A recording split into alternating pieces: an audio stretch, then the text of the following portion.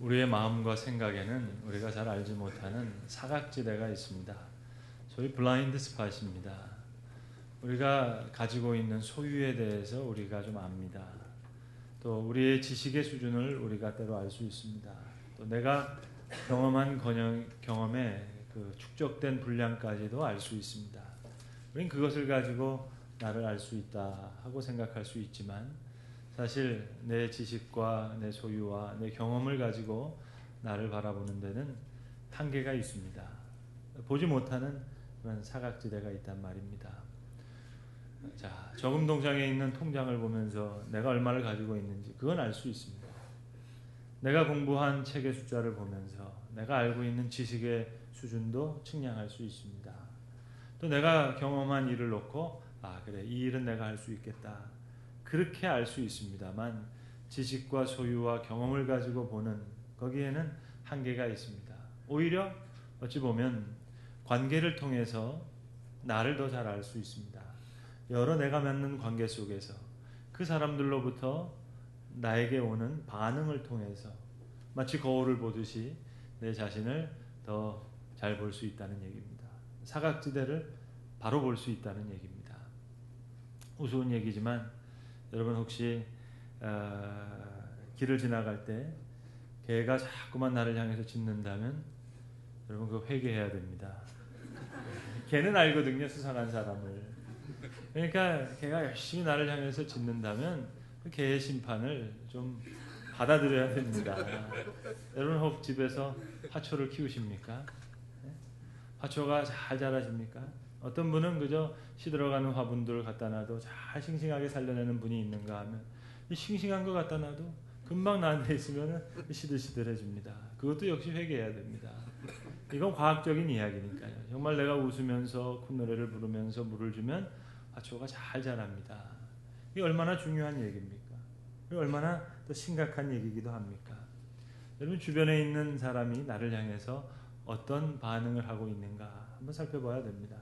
그저 이웃에 있는 사람들이 나를 만날 때 그저 반갑다 그러고 엘리베이터에서도 이웃을 만날 때 그저 반갑게 인사하면 그건 내가 저들에게 좋은 영향을 주고 산 겁니다.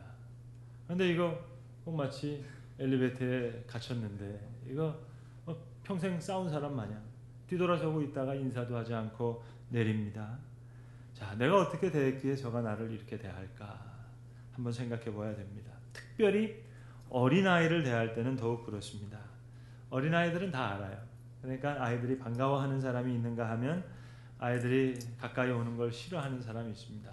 싫어하는 것뿐만 아니라 아이들이 이 사람이 가까이 가면 앙 하고 울어버립니다. 그렇다면 내 속에 뭔가 잘못이 있다 하는 걸 인정해야 될 것입니다.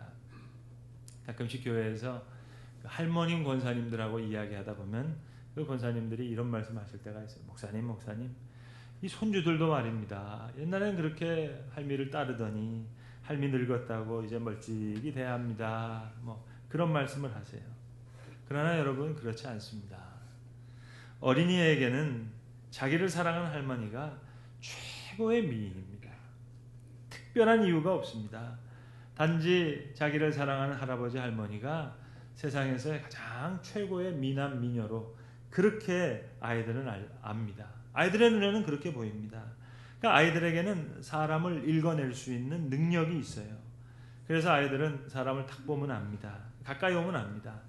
어떤 사람을 만나면 반갑고 어떤 사람을 만나면 울어버리고 그걸 말로 표현하고 확인하는 것이 아니라 그냥 피부로 느낍니다. 가슴으로 압니다.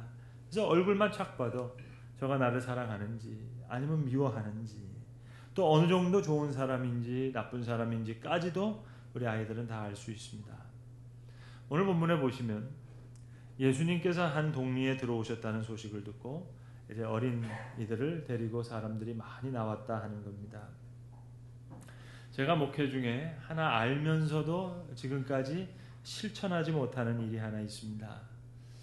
미국에서 공부하면서 보니까 이 미국 교회에서 어른들 예배 시간에 앞자리에 어린아이들을 다 같이 이렇게 앉혀놓고 예배하는 모습을 보니까 너무너무 좋아 보이더라고요. 야, 참 이런 모습은 너무너무 좋다. 내가 목회할 때는 꼭 한번 해보리라. 이제 그렇게 생각하면서도 아직까지 하지 못해서 저희한테 아쉬움이 좀 큽니다. 그러니까 어른 예배 시간에 유년주일 학교들을 다 불러 모아서 이 앞에다가 이렇게 앉힙니다. 그리고 다 같이 앉아서 우리처럼 일어나서 기도할 때 일어나고 앉아서 찬송 부를 때 찬송 부르고, 그리고 이제 어린이 부서 교육자가 나와서 한 5분 이내로 재밌게 메시지를 전합니다. 물론 어른들이 다 같이 듣죠. 그리고 이제 성가대 찬양 전에 이제 어른을 위한 설교는 아이들한테 지루하니까 이제 부모님들과 어른들의 축복 가운데 이제 뒷문으로 나가서, 그리고 이제 아이들은 흩어져서 분방 공부를 하는 거예요. 참 아름다운 모습이라고 생각했는데 그것을 실천하지 못하는 아쉬움이 큽니다. 그래서 본 교회에서도 혹 이제 2시에 예배가 한 번 더 생기면 그때는 우리 청년들과 함께 패밀리 채플이라고 해서 초등학생들 이상 되는 식구들 다 함께 예배하는 주일 예배가 있으면 참 좋겠다, 그런 생각을 해봅니다. 제 마음에 괴로운 부분이 이 점입니다. 우리 본교회는 이 예배 시간에 어린아이들 못 데려오게 하거든요. 근데 가끔 이제 어떤 분들이 아이들을 데리고 오고 싶은 분이 있단 말입니다. 이걸 가지고 저 뒤에서 이제 안내하시는 분들과 이것 때문에 문제가 될 때 저는 참 목사로서 참 죄송하기도 하고 그렇습니다. 예수님 어린아이가 가까이 오는 것을 금하지 말라 그러셨는데, 그죠? 좀 난감합니다. 마음으로야 얼마든지 그렇게 하도록 하고 싶지만 또 다른 한편으로는 다른 성도들의 예배를 위해서 그렇게 할 수 없으니 말입니다. 아무튼 오늘 본문의 이야기는 아주 간단한 얘기입니다. 예수님 어린아이들이 예수님께 나오는 것을 금하지 않으셨을 뿐만 아니라 이에 더해서 천국 백성의 특징을 어린아이로부터 배우라, 그렇게까지 말씀해 주셨다는 얘기입니다. 오늘 본문의 배경이 되는 이스라엘 사람들의 풍속이 하나 있습니다. 그건 뭔고 하니 랍비가 이제 한 동리를 방문하게 되면 어머니들이 이 아이들을 데리고 나와서 이 랍비에게 나옵니다. 야, 저분 봐라, 저분이 랍비다. 저분 참 존경스러운 분이다. 이렇게 가르쳐주면서 랍비에게 다 함께 좋은 존경을 표하는 겁니다. 그러면 이제 랍비가 어린아이 머리에 하나하나 손을 얹고 축복기도를 해주었던 겁니다. 이런 풍습을 따라서 오늘 예수님 방문한 동네에 지금 사람들이 어린아이를 데리고 와서 축복기도로 발효한 것 같습니다. 사실 여러분 따지고 보면 예수님 만나러 온 많은 어른들을 한번 생각해 보세요. 그 어른들의 동기라고 하는 것이 모두 다 순수한 동기가 아닙니다. 어떤 사람들은 병을 고치기 위해서 나온 사람이 있는가 하면, 바리새인과 서기관 같은 사람들은 예수를 책잡기 위해서, 뭔가 올무에 걸기 위해서, 비판하기 위해서 나온 사람도 있습니다. 출세하기 위해서 나온 사람도 있습니다. 이렇게 어른들은 여러 가지 불순한 동기를 다 가지고 있습니다만, 지금 이 아이들, 그래도 아시는 대로 가장 순수한 동기는 어찌 보면 어린아이를 데리고 나온 이 사람들입니다. 이건 뭐 병 고쳐달라는 것도 아니고 출세의 목적이 있는 것도 아니고 무엇인가 명예를 추구하는 마음도 아닙니다. 예수님이 이 마을에 들어오셨으니까 이제 아이들을 데리고 와서 다른 게 아니라 저분을 봐라, 저 훌륭한 어른들을 보라고 지금 존경을 가르치고 저분께 배우라 하는 그 목적입니다. 저 복을 빌어주세요 하고 예수님께 청하고 있지만 이건 긴 그런 기도가 아닙니다. 이제 잠깐 머리에 손을 한번 대는 정도입니다. 그러니까 이런 어린아이들이 예수님 앞에 가까이 왔을 때 예수님의 마음은 아주 행복했었던 것 같습니다. 그래서 이 시간을 아주 값지게 여기셨습니다. 많은 사람들이 나왔지만 모두가 다 예수님의 마음을 기쁘게 한 게 아니거든요. 그런데 이 어린아이를 데리고 나온 것, 이거 너무 예수님 마음에 흡족하셨습니다. 너무 좋으셨습니다. 그런데 예수님께 나오는 이 어린아이들을 오늘 본문에 보시는 대로 제자들이 금했다 하는 겁니다. 사실 저는 이 제자들의 마음을 제자들의 순수한 마음대로 그저 읽고 싶어요. 다 이해할 수 있을 것 같아요.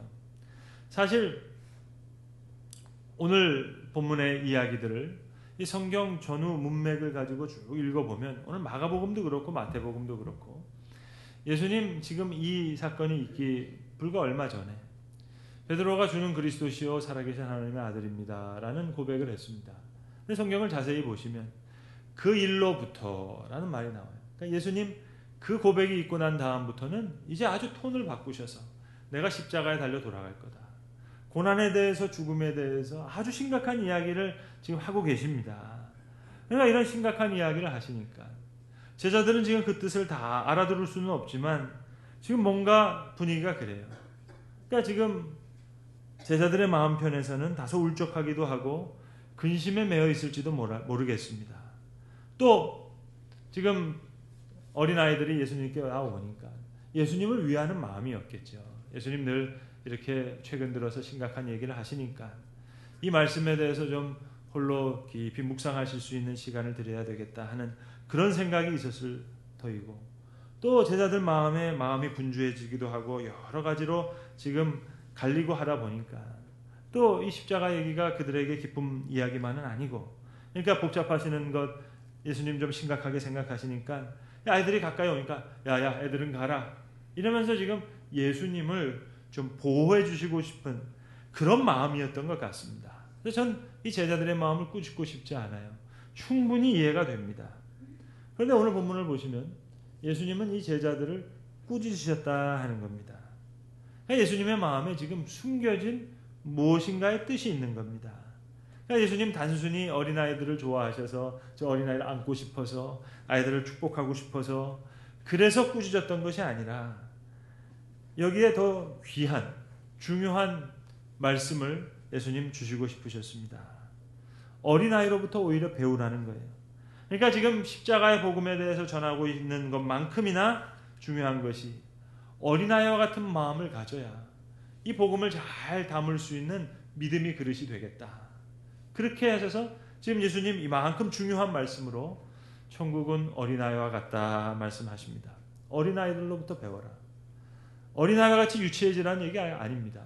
childish하게 유치해지라는 얘기가 아니라 childlike 어린아이와 같아야 되겠다.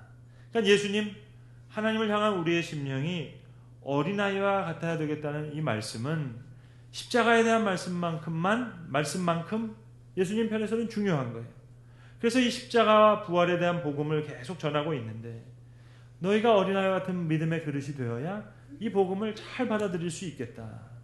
지금 그 마음으로 오늘 제자들에게 중요한 교훈을 해주시는 겁니다. 여러분 어린이들 가만 보세요. 무엇보다도 이 곰곰이 생각해 보면 신뢰성이라는 특징이 있지 않습니까? 아이들은 전적으로 믿습니다. 그 믿음의 근원을 한번 곰곰이 생각해 보세요. 그 아이들의 믿음의 뿌리에는 지금 자신들은 충분한 사랑을 받고 있다고 생각합니다. 그래서 그곳으로 지금 충만합니다. 신뢰하고 있습니다. 아이들은 사랑에 대해서 전적으로 믿음을 갖고 있어요. 그래서 어린아이일수록 아이들이 사람을 대할 때 보세요. 자신감이 있습니다. 왜 자신감이 있겠어요? 나는 지금 충분히 사랑을 받고 있어요. 할머니, 할아버지로부터 사랑받고 있고 엄마, 아빠로부터 사랑받고 있고 그래서 그 사랑 때문에 그들은 자신감이 있습니다. 그저 거침없이 믿음을 갖고 행합니다. 우리 아들도 어렸을 때 보니까요. 하늘에 날아가는 비행기를 보면서 아빠는 돈 하나도 없는데 저 비행기 사줘. 그러더라고요. 아빠를 그만큼 믿고 있어요. 의심이 없습니다. 천진스러울 정도로 다 믿습니다. 이것이 천국 백성의 자세입니다. 또 한 가지. 여러분 어린아이들은 꿈에 살잖아요. 아이들에게는 꿈이 있습니다. 꿈을 꿉니다. 무한한 상상력을 지니고 있어요. 그래서 동화가 그들에게 통하는 이유가 그겁니다. 산타클로스 이야기를 해주고 무슨 이야기를 해주고 그대로 믿습니다. 아무것도 없는 것 같음에도 불구하고 아이들은 무엇인가를 보는 것처럼 생각하고 말합니다. 정말로 꿈에 삽니다. 우리가 말하는 천국, 하늘나라 이런 게 다 꿈 같은 얘기 아닙니까? 동화 같은 얘기 아니게? 어른들 믿지 못한 사람 죽으면 끝나는 거지. 평생 노세 젊어서 노세. 그리고 꿈 같은 얘기를 하고. 여러분 꿈은 현실보다 강합니다. 상상력은 지식보다 강합니다. 신화는 역사보다 강력한 힘을 가지고 있습니다. 희망은 모든 경험을 이겨냅니다. 이렇듯 사랑에 대한 환상적인 신뢰야말로 모든 고난과 고통과 어려움을 나가서는 죽음까지도 이길 수 있습니다. 여기에 숨겨진 엄청난 능력이 있음을 우리가 알아야 되겠습니다. 뿐만 아니라 아이들은요.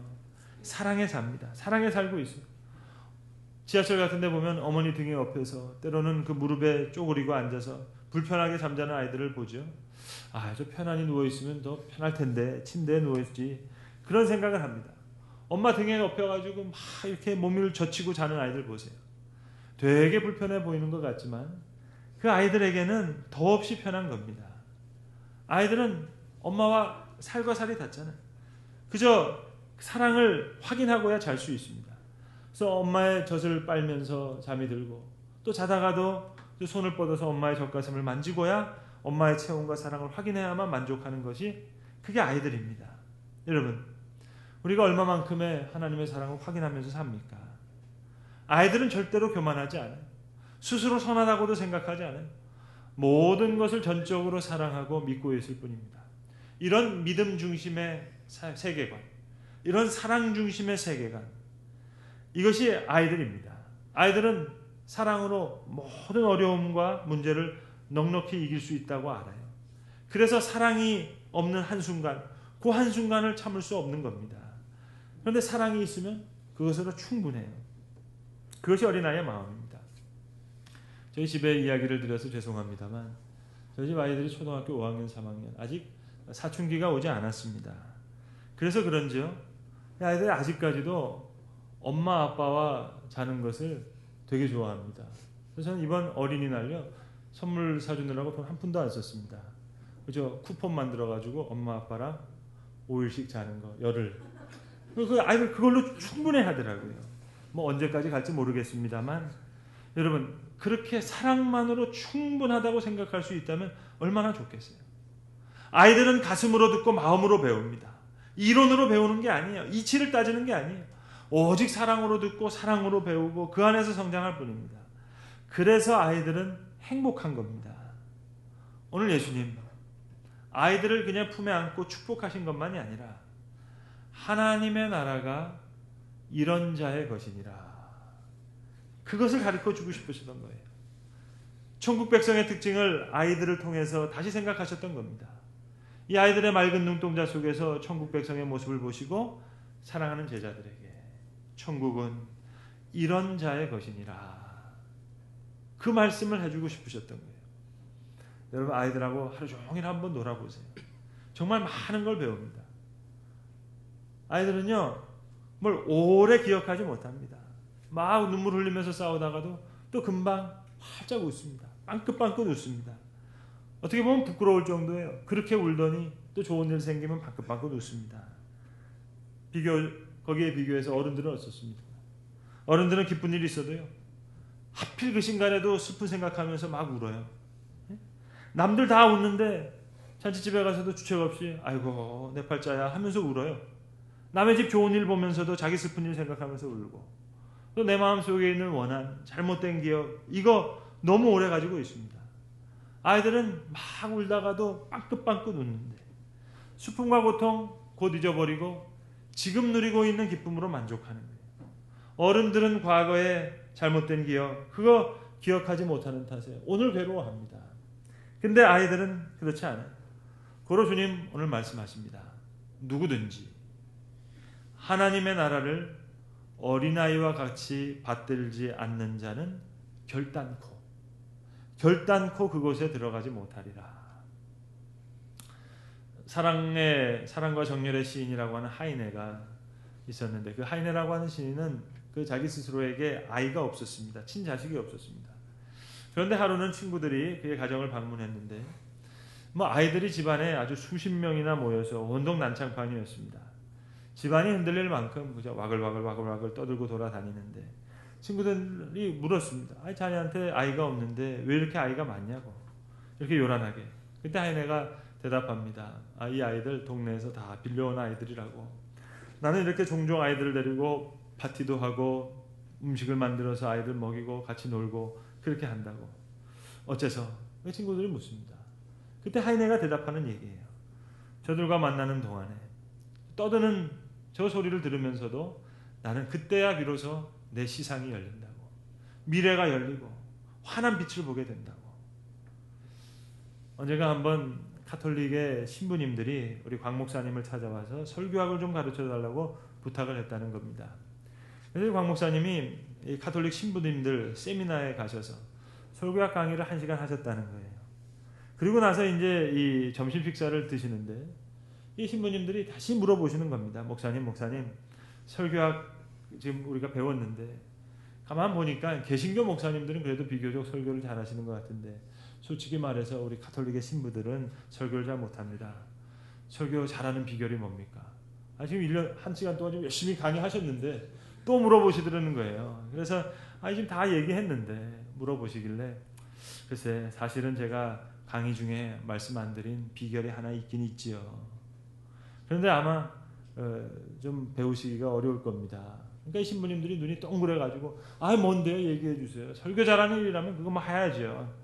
했을 때 목사님 대답하신 말씀. 그래요? 그러면 장가를 가세요. 장가를. 그랬다. 여러분 장가 가보면 알죠? 아내와의 관계 이게 보통 어려운 것 아니잖아요. 큰 공부지요. 그렇지 않습니까? 이거 한 여성이랑 산다는 게 이게 보통 힘든 일입니까? 게다가 여러분 태어나는 자녀들 한번 생각해 보세요. 자녀를 키우면서 얼마나 많이 공부합니까? 가만히 들여다보면 이게 기가 막힌 교과서예요. 성경책 없어도 그 아이들 들여다보고 있으면은요, 아이들의 모습을 통해서 하나님의 뜻도 좀 알 수 있겠고 우리를 향한 그분의 사랑도 알 수 있을 것 같아요. 오늘 예수님 저들로부터 배우라. 어린아이의 믿음, 그들의 순전한 신실성, 그들의 사랑, 무슨 긴 얘기가 따로 필요합니까? 어린 아이들로부터 배우라. 오늘도 마음을 열고 대해보세요. 무궁무진한 정말 천국의 모습, 천국 백성의 모습을 볼 수 있게 될 겁니다. 여러분 실제로 하나님께서 귀하게 사용하셨던 하나님의 사람들을 면밀히 조사해 보면 대체로 어린 시절에 믿음 가운데 잘 자라신 사람들입니다. 서머나 교회 감독으로 초대교회에 큰 획을 남겼던 순교자 폴리카. 그는 9살 때 하나님의 말씀을 듣고 자신의 삶을 하나님께 헌신했다고 합니다. 유명한 성경 주석가인 매튜 헨리는 11살 때 주님의 은혜를 직접 체험하고 위대한 신학자가 될 수 있었습니다. 지금까지 역사상 최고의 설교가로 인정받고 있는 영국의 스퍼전 목사님은 12살 때 영적인 지각을 얻게 되었다고 합니다. 이런 이야기는 끝이 없이 얘는 다 들 수 없을 정도로 예가 많습니다. 스코틀랜드의 어느 마을 교회에서 부흥회가 열렸습니다. 그런데 한 주간 동안 계속되는 집회에도 불구하고 사람들이 별로 모이지 않았습니다. 그 부흥회를 인도하시는 목사님이 예수를 영접하고 헌신할 사람 계속해서 초청했지만 아무도 앞으로 나오질 않는 겁니다. 그런데 가정 형편 때문에 학업을 중단하고 10살 때부터 공장에서 일해야만 했던 한 소년이 있었습니다.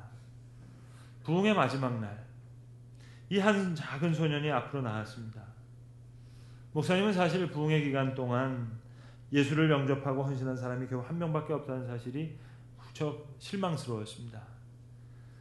예수를 영접하고 헌신하기 위해서 앞으로 나온 이 소년은 이렇게 얘기했습니다. 하나님, 제 생명을 하나님께 다 드리기를 원합니다. 하나님은 저에게 아프리카를 주세요. 그렇게 외쳤습니다. 그가 바로 나중에 검은 대륙의 아버지라고 하는 별명을 얻게 되는 아프리카 최초의 선교사 리빙스턴 얘기입니다. 리빙스턴의 예화는 우리에게 너무 무궁무진하게 알려져 있습니다. 그가 어린 소년이었을 때 예배 시간에 이렇게 헌금 바구니가 도는데 그 헌금 바구니에 리빙스턴이 어린아이가 들어갔다는 거 아닙니까? 사람들이 너 왜 헌금 바구니에 들어갔냐 물으니까 그때 소년 리빙스턴의 대답이 저는 드릴 돈은 없습니다만 하나님 앞에 몸이라도 드리고 싶어서 헌금 바구니에 들어갔다고. 이 유명한 일화는 지금까지도 많은 사람에게 알려진 유명한 얘기입니다. 그가 나중에 검은 대륙의 아버지가 됩니다. 오늘 예수님의 말씀입니다. 하늘나라는 이런 자의 것이다. 저들로부터 배우라. 주께서 말씀하십니다. 누구든지 하나님의 나라를 어린아이와 같이 받들지 않는 자는 결단코 그곳에 들어가지 못하리라. 오늘 주께서 우리에게 친히 주시는 말씀인 줄로 믿습니다. 기도하겠습니다. 아버지 하나님, 누구든지 하나님의 나라를 어린아이와 같이 받들지 않는 자는 결단코 그곳에 들어가지 못하리라 하신 말씀, 우리 심령 가운데 귀하게 심겨지게 하시옵소서. 어린아이들과 같이 사랑 중심의 세계관, 믿음 중심의 세계관 같은 그런 천국 백성에 알맞은 심령들이 될 수 있도록 하나님 부족한 저희들을 일으켜 주시고 또 우리를 깨우쳐 주셔서 귀한 하나님의 나라의 백성의 모든 모습들을 잘 배워갈 수 있도록 주님 우리를 도우시옵소서. 우리 주 예수 그리스도의 이름으로 기도합니다. 아멘.